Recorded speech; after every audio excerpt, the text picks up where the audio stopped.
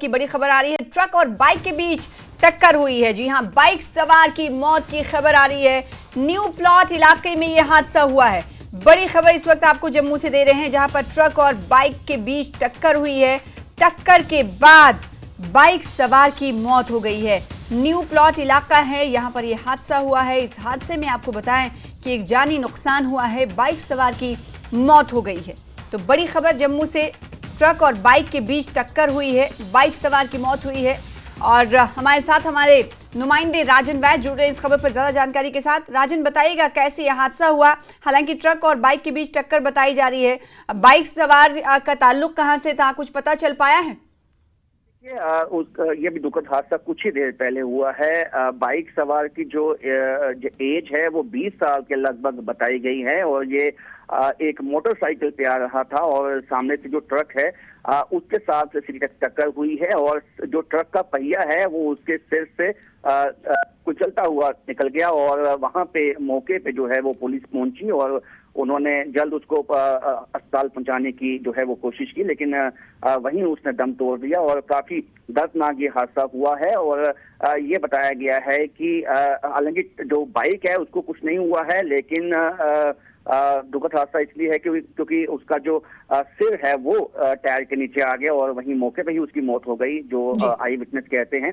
तो ऐसे में जिस तरह से ये हादसे बढ़ रहे हैं और ये भी बताया गया है कि उस युवक ने हेलमेट नहीं पहना हुआ था। तो यही हमेशा से कोशिश बाकी ट्रक ड्राइवर की क्या कुछ जानकारी मिल पाई है? क्या उसे रोका गया या नहीं? अभी या वो फरार हो चुके हैं? पुलिस उसकी तफ्तीश कर रही है। हालांकि वो फरार बताया गया है, पुलिस उसकी तफ्तीश कर रही है। लेकिन सबसे पहले दुखद ये है कि जिस तरह से उस युवक की जान मौके पे ही चली गई और अब वो काफी जो लोग हैं, स्थानीय लोग, उन्होंने हालांकि कोशिश की उस ट्रक को पकड़ने की, लेकिन पुलिस का कहना है कि ट्रक को पकड़ लिया जाएगा और ज्यादा दूर तक नहीं जा पाएगा। लेकिन सबसे दुखद बात यह है कि जिस तरह से सुबह के वक्त कोशिश ये होती है, क्योंकि ट्रैफिक का भी अमला ज्यादा नहीं होता है और ऐसे में जो है जो युवक होते हैं बिना हेलमेट के वो बाइक चलाते हैं, तो ऐसे में इस तरह का जो हादसा है ये कहीं ना कहीं सवालिया निशान भी खड़े करता है। और ये अब इसमें एक जान चली गई है और इसीलिए जो है ये काफी दुखद है उन घर वालों के लिए भी। उस युवक की पहचान जो है वो पुलिस बिल्कुल। तो सुबह ये खबर ये कि न्यू प्लाट एरिया में, इलाके में ये हादसा हुआ और इस हादसे में बाइक सवार की मौत हो गई। हालांकि ट्रक ड्राइवर फरार है और ट्रक भी रौंदते हुए निकल गई, जिसकी तलाश में पुलिस जुटी हुई है। आपको बताएं कि बचाने की कोशिश की। बाइक सवार का जब एक्सीडेंट हुआ तो उन्हें अस्पताल में दाखिल कराने की कोशिश मकामी लोगों की तरफ से की गई, लेकिन उन्होंने रास्ते में ही दम तोड़ दिया। बहुत शुक्रिया राजन हमारे साथ जुड़ने के लिए। और आगे बढ़ेंगे, राजौरी से बड़ी खबर आ रही है जिसका रुख कर लेते हैं। एम्स के माहिरीन की टीम का बुढ़ाल दौरा होने वाला है। जी हां, पानी और खाने के नमूने इकट्ठा करेगी ये टीम। राजौरी के बुढ़ाल गांव के ताल्लुक से इस वक्त की बड़ी खबर आपको बता रहे हैं कि एम्स के माहिरीन की टीम बुढ़ाल गांव का दौरा करने वाली है और ये जब टीम जाएगी तो पानी और खाने के सैंपल्स की तरफ से लिए जाएंगे। पुरस्कार बीमारी से अब तक आपको बता दें कि 17 मौत हो चुकी है, लेकिन अभी भी इस बीमारी की वजह नहीं पता चल पाई है।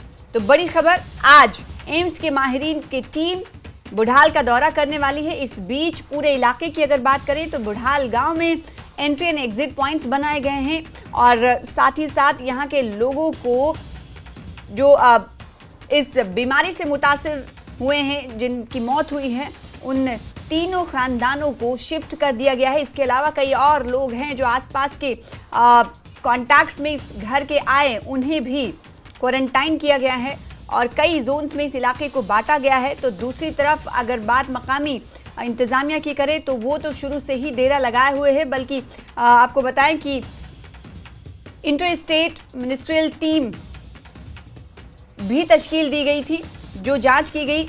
वजारत खजाना की तरफ से भी एक टीम बनाई गई थी, जो टीम दौरा करने के लिए पहुंची थी और फिर उसने नमूने लेकर वापस हो गई। और इसी तरीके से पीजीआई दिल्ली की टीमें भी पहुंची और उन्होंने सैंपल्स लिए, जो कि जांच इससे पहले नेगेटिव आई थी। और अब एम्स के माहिरीन की टीम आज बुढ़ाल का दौरा करने वाली है। ये टीम भी पानी और खाने के सैंपलिंग करेगी, नमूने लेगी और फिर उसके बाद जांच की जाएगी कि जो 17 मौत हुई हैं इनकी आखिर वजह क्या है। शक्ति, कई टीमों ने अब दौरा किया है बुढ़ाल गांव का और ये पता लगाने की कोशिश की है कि जो 17 मौत हुई है आखिर किस वजह से हुई है। और आज इसी कड़ी में एम्स के माहिरीन की टीम बुढ़ाल का दौरा करने वाली, कितने बजे तक ये टीम पहुंच जाएगी और इस टीम में कितने रुकन होंगे? देखिए, ये जो टीम है ये राजौरी पहुंची हुई है और टीम में 6 रुकन हैं जिन्होंने यहाँ पर जो है वो ये टीम कल से यहाँ पर है और इन्होंने दौरा किया है बुढ़ाल गांव का। उसके बाद ये टीम जो वहाँ मरीजों से भी मिली है और उसके टीम के जो 6 मेंबर हैं, एक्सपर्ट मेंबर हैं, और इस चीज का पता लगाने का प्रयास कर रहे हैं कि ये रहते में बीमारी क्या है, क्योंकि जो पिछले लगभग 10 दिनों से जो लोग अस्पताल में दाखिल हैं बुढ़ाल गांव के, उनसे भी ये टीम मुलाकात की और उन मेंबर से भी जो है वो इस टीम ने पूछताछ की। इसके बाद डॉक्टर जो राजौरी जीएमसी के जो पिछले कहीं लगभग 1.5 महीनों से लगे हैं, पूरा इलाज वगैरह कर रहे हैं, जितने भी लोग वहाँ से हैं उनका इलाज कर रहे हैं, उनसे भी ये टीम जो है वो मिली है और टीम ने उनसे भी जो है वो बातचीत की है। और ये क्या वो बीमारी का पता लगने में कहाँ तक ये राजौरी के डॉक्टरों जो सैंपल वगैरह कलेक्ट किए थे, या उसके बाद एम्स से जो टीम आई है, इससे पहले पीजीआई की टीम जो है वो पहुंची थी और सभी टीम का क्या कुछ रहा, ये सब कुछ निरीक्षण जो है उस टीम की तरफ से किया जा रहा है और ये टीम पूरी तय तक जाने का प्रयास करेगी, क्योंकि अभी तक जो है वो इस बीमारी का पता नहीं लग पाया। ये रहस्य में बीमारी जो है वो पिछले लगभग 2 महीने हो चुके हैं, अभी तक ये पता नहीं लग पाया कि किस बीमारी से ये लोग जो है बीमार हो रहे हैं। बिल्कुल शक्ति, ये टीम जैसे कि आपने कहा कि बुढ़ाल गांव में मौजूद है और इस वक्त सैंपलिंग इनकी तरफ से की जा रही है, लोगों से भी मुलाकात की जा रही है। कितना वक्त तक ये टीम इस इलाके में रहने वाली है, क्या कुछ इस हवाले से तफसीलात?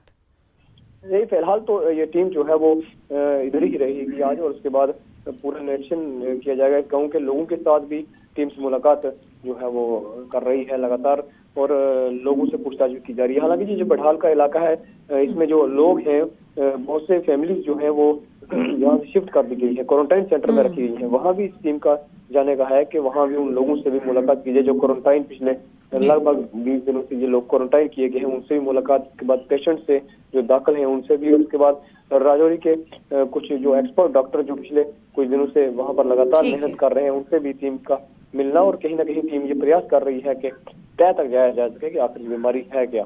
बिल्कुल शक्ति, ये तो टीम की बात हुई, लेकिन इसके अलावा अगर मकामी इंतजामिया की बात करें और कई जोन्स में आपने भी बताया और जानकारी हमेशा दी नाजरीन को कि कई जोन्स में इस इलाके को बांटा गया है और क्वारंटाइन भी किया गया है, कई क्वारंटाइन सेंटर्स भी बनाए गए हैं। वहां पर क्या कुछ हालात हैं, कैसे उन लोगों की देखभाल की जा रही है और खाना देने के पहले उस खाने की चेकिंग भी हो रही थी, इस तरह की तफसीलात निकल कर सामने आई थी। पूरे तौर पर मजमूई हालात अभी क्या हैं, बताइएगा। पूरा इलाका है बुढ़ाल का इलाका, ये 3 जोन में पहले से ही इसको बांटा गया था और तीनों जोन को बांटने के बाद एक जोन था जो यहाँ जिनके मृतक थे, जिनके घर के फैमिली मेंबर चले गए थे, उनको रखा गया था। दूसरे में उनके परिजनों को, तीसरे में जो उनके रिश्तेदार जो उनके गांव के लोग हैं उनको रखा गया था। तीनों जोन जो है वो डिवाइड किए गए थे और उसके बाद वहाँ के लोगों को क्वारंटाइन किया गया था और क्वारंटाइन सेंटर जो बनाया गया था राजौरी में, वहाँ जो भी वहाँ से लोग लाए गए थे उनको तमाम तरह की फैसिलिटी यहाँ दी जा रही है। उनको उनका खाने का टेस्ट पहले से किया जा रहा है, खाना उनको टेस्ट करके दिया जा रहा है। उसके बाद खाने के साथ साथ उनके यहाँ रहने के जो इंतजाम हैं और खासकर उन्हें यहाँ पर जो वहाँ की महिलाएं हैं उन्हें यहाँ सिलाई केंद्र खोल के दिया गया है, सिलाई सिखाई जा रही है, बच्चों को खेलने का सामान दिया जा रहा है ताकि वो किसी भी तरह की यहाँ घुटन महसूस न करें घर से बाहर। और उनके वहाँ के जो माल मवेशी है, क्योंकि ये जो इलाका है काफी दूर दराज का पहाड़ों से ढका हुआ इलाका है और यहाँ पर जो लोगों का डिपेंड है पूरा माल मवेशी पर है, तो वहाँ उनके जानवरों की जो देखभाल के लिए भी यहाँ से कर्मचारी जो है वो एनिमल हस्बेंड्री और दूसरे डिपार्टमेंट से वहाँ रिक्रूट किए गए हैं जो उनके वहाँ माल मवेशियों की देखभाल जो है वो कर रहे हैं। और पूरी तरह से गवर्नमेंट ने तमाम लोगों को पूरी तरह से जो है वो दी है ताकि तो इंतजामिया पूरी तरीके से देखभाल कर रही है, कहा जा सकता है। जो क्वारंटाइन कराए गए लोग हैं, जिन खानदानों में अमवात अब तक हुई हैं, उन लोगों की पूरी तरीके से देखभाल की जा रही है और वहीं दूसरी तरफ जांच के दायरे को आगे बढ़ाया जा रहा है। आगे इस जिम्न में कहा जा रहा है क्योंकि एम्स की टीम बुढ़ाल में मौजूद है, तस्वीरों में आप देख सकते हैं, ये सैंपलिंग ले रही है और साथ ही साथ ही क्वारंटाइन सेंटर भी जाएंगे, जैसे कि शक्ति ने बताया, वहां पर लोगों से अहले खाना से पूछताछ करेंगे, जानकारी लेंगे। बहुत शुक्रिया शक्ति हमारे साथ जुड़ने के लिए, इस खबर पर ज्यादा जानकारी देने के लिए। तो एम्स के माहिरीन की टीम बुढ़ाल गांव में मौजूद है और इस वक्त सैंपलिंग उनकी तरफ से नमूने लिए जा रहे हैं और साथ ही साथ आपको बताएं कि इस टीम में 6 रुकने शामिल हैं। 6 रुकनी टीम है एम्स के माहिरीन की जो बुढ़ाल में इस वक्त पहुंची हुई है और सैंपलिंग नमूने इनकी जानिब से लिए जा रहे हैं। आगे बढ़ेंगे। जम्मू कश्मीर से एक और बड़ी खबर यह है कि स्टूडेंट एसोसिएशन ने खत लिखा है। खत किस लिए लिखा गया है और किसको लिखा गया है, ये आपको इस खबर के जरिए बताएंगे। मरकजी वजीर खारजा एस जयशंकर को स्टूडेंट एसोसिएशन ने मकतूब रवाना कर दिया है। सऊदी अरब में दरअसल कैद कश्मीरी इंजीनियर के मामले में ये खत तलबा स्टूडेंट्स ने लिखा है, एसोसिएशन ने लिखा है। मरकजी वजीर खजाना से फाइनेंस मिनिस्टर से माफ कीजिएगा फॉरेन मिनिस्टर से मुदाखलत करने की अपील की गई है। पिछले 4 साल से आपको बताएं कि अब्दुल रफ़ी जेल में है और रफ़ी के अहले खाना को इस बारे में कहा गया है इस खत में कि कुछ मालूम नहीं है, बताया नहीं गया है रफ़ी को आखिर क्यों कैद किया गया है, ये भी वाजे नहीं है। तो इसीलिए जम्मू कश्मीर के तलबा एसोसिएशन की जानिब से एक मकतूब रवाना किया गया है और ये फॉरेन मिनिस्टर को ये मकतूब रवाना किया गया है। ज़्यादा जानकारी के लिए रुख करेंगे श्रीनगर का। हमारे साथ हमारे नुमाइंदे सरोज कफील जुड़ रहे हैं। 4 साल हो गए, घर वालों को कुछ नहीं पता, अहले खाना को कोई जानकारी नहीं। अब तलबा एसोसिएशन ने अपने खत में क्या कुछ जिक्र किया है, सरोज बताइएगा। अब तो अगर हम इस खत के हिसाब से देखें तो 1 मार्च 2025 को 5 साल हो जाएंगे। आपको बताऊं, जिस तरह से आप दुरुस्त फरमा रहे थे कि अब्दुल रफ़ी बाबा या सोरा के रहने वाले हैं यहाँ श्रीनगर के, और एक नेटवर्किंग इंजीनियर है जो पिछले 14 साल से किंग फैसल यूनिवर्सिटी में एज नेटवर्किंग इंजीनियर काम कर रहे थे सऊदी अरेबिया में। उसके बाद ये खैर लेटर में लिखा आ रहा है, और जब हमारी उनके पेरेंट्स से भी बात हुई उन्होंने क्लियरली तो नहीं कहा कि कुछ जो डिस्प्यूट हुआ था, जो कहीं ना कहीं जो इख्तिलाफ थे वो ऑफिस में हुए थे इनके, और वहीं पे ऑफिस ने कोई केस कर दिया था इन पे जिस ऑफिस में ये काम करते थे, और उसके चलते हुए करीबन 2020 में इनकी रिहाई होनी थी। उससे पहले करीबन 4 साल जेल बंद थे। तो कुल मिला के अगर बात करें तो अब करीबन 10 साल होने आए हैं ये जेल में बंद है, और अभी तक कोई क्लियर इंडिकेशन नहीं दी है इनके पेरेंट्स को। इनके एक फादर है, काफी ज्यादा बुजुर्ग है, इनकी माँ नहीं है, और इनके 2 बच्चे हैं, 2 बेटे हैं इनके, छोटे काफी ज्यादा। तो इन लोगों को कोई क्लियरिटी नहीं दी गई है, कोई वजह नहीं बताई गई है कि क्यों करीबन 8-9 साल से अब ये जेल में बंद है। हालांकि अगर हम बात कर ले सजा की, सजा कुल 5 साल के लिए थी, जिस पर से ऑलरेडी उन्होंने और 4 साल एक्स्ट्रा दे दिए हैं। लेकिन उसके बाद जो ही इनका डेट, जो तारीख थी सजा की, वो 1 मार्च 2020 को खत्म होनी थी।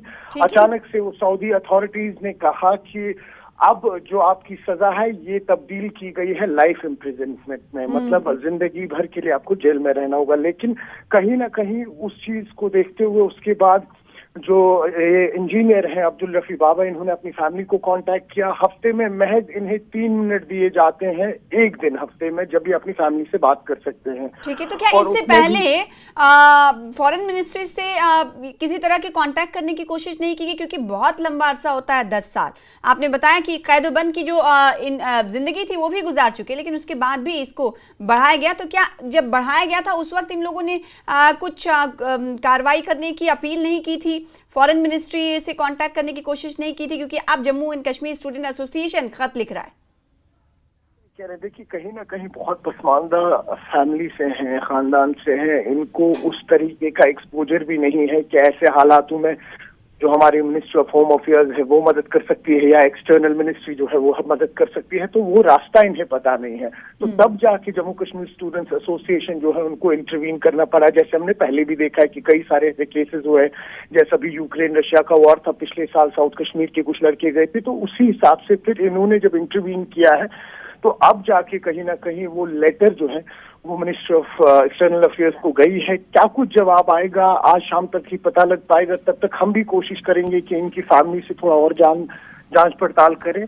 क्या कुछ सामने आएगा आज शाम तक ही पता लग पाएगा। सना जी, फिलहाल बड़ी खबर ये है कि जम्मू कश्मीर की तलबा एसोसिएशन की तरफ से खत लिखा गया है, और जैसा कि सरोज ने बताया कि ये 4 साल नहीं बल्कि तकरीबन 10 साल होने को आए हैं कि ये सऊदी अरब में कैद हैं, लेकिन इनके अहले खाना को इसकी कोई जानकारी नहीं है कि आखिर इन्हें लाइफ इम्प्रिजमेंट क्यों दिया गया है, कैद की सज़ा क्यों दी गई है। इसको लेकर तलबा एसोसिएशन की तरफ से जो खत लिखा गया है उस अपील की गई है फॉरेन मिनिस्ट्री से कि इसमें इंटरवीन करे, मुदाखलत करे। अब देखने वाली बात होगी कि आज शाम तक क्या कुछ जवाब आता है वजारत से। बहुत शुक्रिया सरोज हमारे साथ जुड़ने के लिए, इस खबर पर ज्यादा जानकारी देने के लिए। तो वजीर खारजा एस जयशंकर को मकतूब रवाना किया गया है, मकतूब का क्या कुछ जवाब आता है ये देखने वाली बात होगी। छोटे से ब्रेक के लिए रुकेंगे, कुछ और खबरों के साथ जल्द हाजिर होंगे।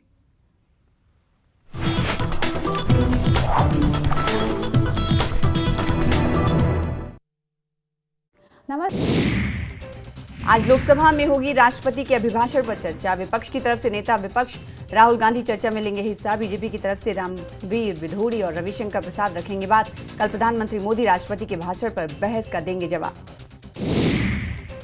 आज लोकसभा में पेश होगी वक्फ संशोधन बिल पर जेपीसी की रिपोर्ट। जगदम्बिका पाल पेश करेंगे 655 पन्नों की रिपोर्ट। विपक्ष ने सुबह 10 बजे सांसदों की बुलाई है बैठक। यूपी के संभल में अतिक्रमण पर सख्ती। संभल के चंदौसी में सरकारी तालाब पर बनी अवैध मजार को प्रशासन ने हटाया। रोहतक में कैबिनेट मंत्री अनिल विज ने बिजली सेवा केंद्र का किया औचक निरीक्षण। शिकायतकर्ताओं से खुद फोन पर बात की और फीडबैक लिया। एसई को मौके पर ही सख्त निर्देश दिए। भारत ने 150 रन से जीता 5वां टी20 मुकाबला। अभिषेक शर्मा ने 13 छक्कों के साथ 54 बॉल में 135 रन बनाए। 2 विकेट भी लिए। इंग्लैंड को 4-1 से सीरीज हराई। महाकुंभ का तीसरा अमृत स्नान जारी। सबसे पहले सन्यासी अखाड़ों के साथ लगाई गई। साधु संतों ने आस्था की डुबकी। सीएम योगी सुबह 3:30 बजे से खुद कर रहे हैं अमृत स्नान की मॉनिटरिंग।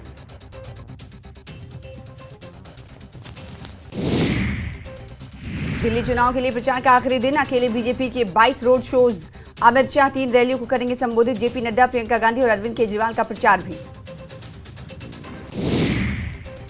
दिल्ली विधानसभा चुनाव के लिए प्रचार में जुटे सीएम सैनी का केजरीवाल पर हमला। कहा बंगला ना लेने की कस्में खाने वाले केजरीवाल ने बना लिया करोड़ों का शीश महल।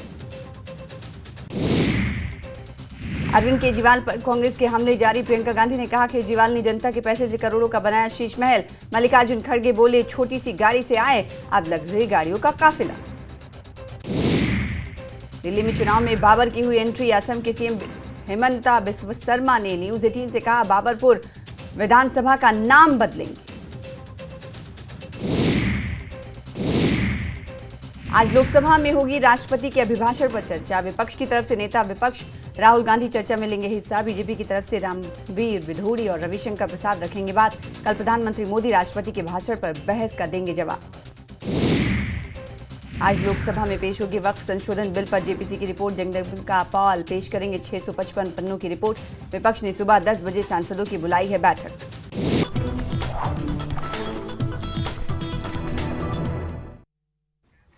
के बाद एक बार फिर से आपका इस्तकबाल करते हैं। अनंतनाग से बड़ी खबर है। अचबल के बोनतूर इलाके में आग की वारदात सामने आई है। 4 दुकानें जलकर खाकस्तर हो गई हैं। आग पर काबू पा लिया गया, लेकिन अभी तक पता नहीं चल पाया है कि आग किस वजह से लगी। तस्वीरें आपको दिखाएंगे जिससे अंदाजा होगा कि 4 से 5 दुकानें हैं। अब कहा जा रहा है इनकी जो तादाद है इसको लेकर असल जानकारी ये कि 4 से 5 दुकानें हैं जो जलकर खाकस्तर हो गई हैं।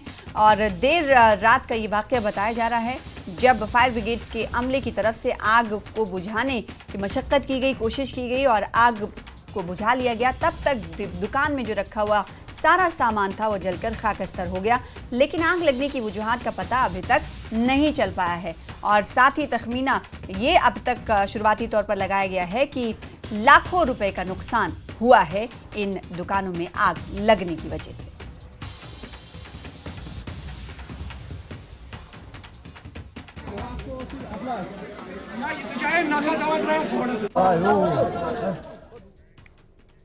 जिला अनंतनाग से लापता टेरिटोरियल आर्मी का जवान मिल गया है। पुलिस ने इन्हें तलाश कर लिया है। इनसे पूछताछ भी की गई। दहशतगर्दी से जुड़ा कोई मामला नजर नहीं आया है। जवान अनंतनाग से लापता हुए थे।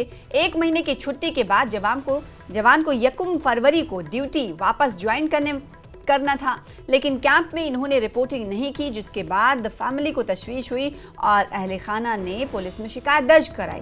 और उनका मोबाइल भी बंद था, जिसके बाद अहले खाना परेशान हुए। शिकायत दर्ज कराई गई और जब शिकायत दर्ज कराई गई तो तलाश पुलिस की तरफ से शुरू की गई। और अब खबर ये है कि लापता जवान मिल चुके हैं।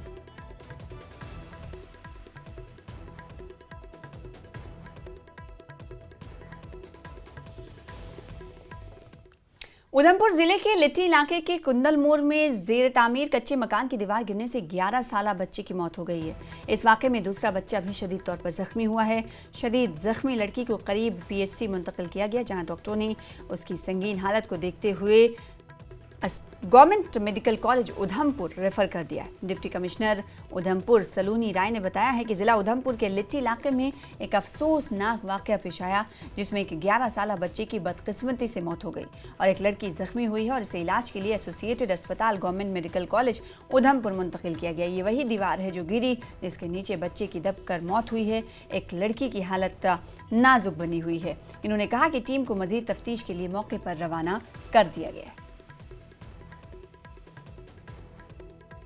शीरी बारामुल्ला में एक नौजवान पर चाकू से हमला करने का वाकया पेश आया है। मुतासरा की शनाख्त साहिल तारिक डार के तौर पर हुई है, जिसे शदीद जख्मी हालत में जीएमसी बारामुल्ला मुंतकिल किया गया। हमले की वजह ताहाल मालूम नहीं हो सकी है, ताहम पुलिस ने मामले की तहकीकात शुरू कर दी है।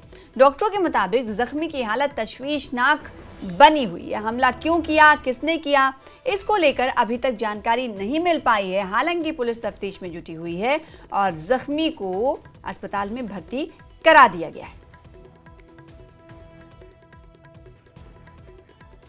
श्रीनगर में आज से मुख्तलिफ इलाकों में बिजली नहीं रहेगी। इसका शेड्यूल KPDCL की ऑफिशियल वेबसाइट पर जारी कर दिया गया है। शेड्यूल के तहत मुख्तलिफ इलाकों में मखसूस औकात के दौरान बिजली की फराहमी मुअत्तल रहेगी। ये इलाके कौन कौन से हैं, इस पर नजर डाल लेते हैं।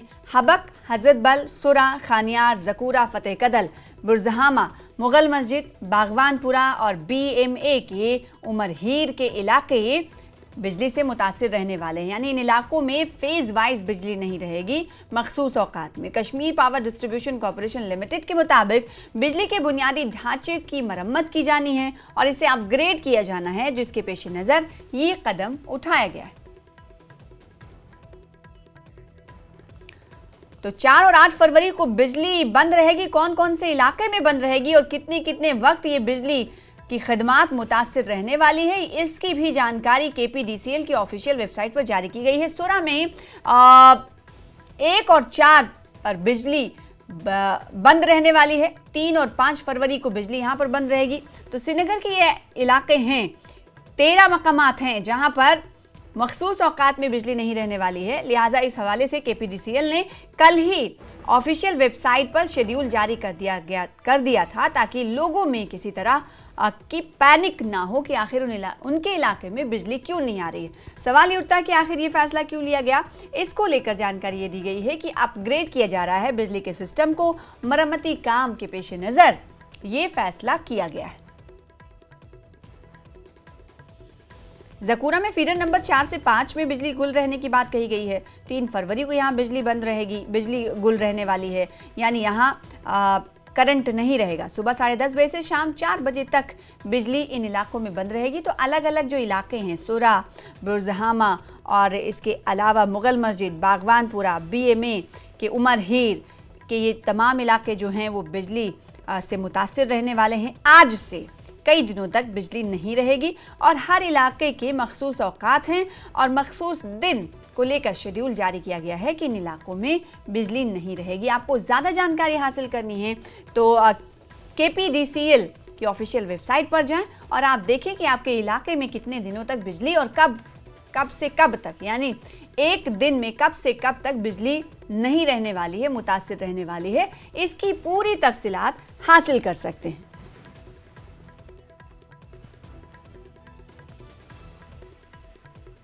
आगे बढ़ेंगे। इस वक्त की बड़ी खबर बारामुल्ला से आ रही है, जहां की सुकर कुंजर में आग लगने की वारदात सामने आई। कई दुकानों और रिहायशी मकान को नुकसान पहुंचा है और लाखों का सामान जलकर राख हो गया है। बड़ी खबर इस वक्त की आपको दे रहे हैं। जी हां, बड़ी खबर ये कि बारामुल्ला में आग की वारदात सामने आई है। तस्वीरें अब से कुछ ही देर बाद टीवी स्क्रीन पर होंगी, जिसे देखकर आप अंदाजा लगा पाएंगे कि आग किस तरह की थी। कई दुकानें और कहा जा रहा है कि रिहायशी मकान को इस आग ने अपनी लपेट में ले लिया है, नुकसान पहुंचा है और कहा जा रहा है कि लाखों का सामान जलकर खाकस्तर हुआ है, जलकर राख हो गया है। तस्वीरें आप देख सकते हैं, कितनी भयानक ये आग है। दुकानें तो जली ही, साथ ही रिहायशी मकान को भी इसने लपेट में ले लिया है। इस आग ने लाखों का सामान जलकर राख हो गया है। आग कैसे लगी इसका पता नहीं चल पाया है। फिलहाल बारामुल्ला का चुकर कुंजर ये इलाका है जहां पर आग की वारदात सामने आई है।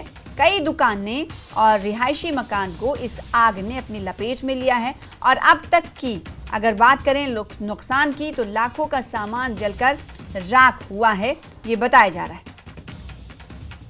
तस्वीरें आपके सामने ही टीवी स्क्रीन पर, आप देखकर अंदाजा लगा सकते हैं कितनी भयानक ये आग थी।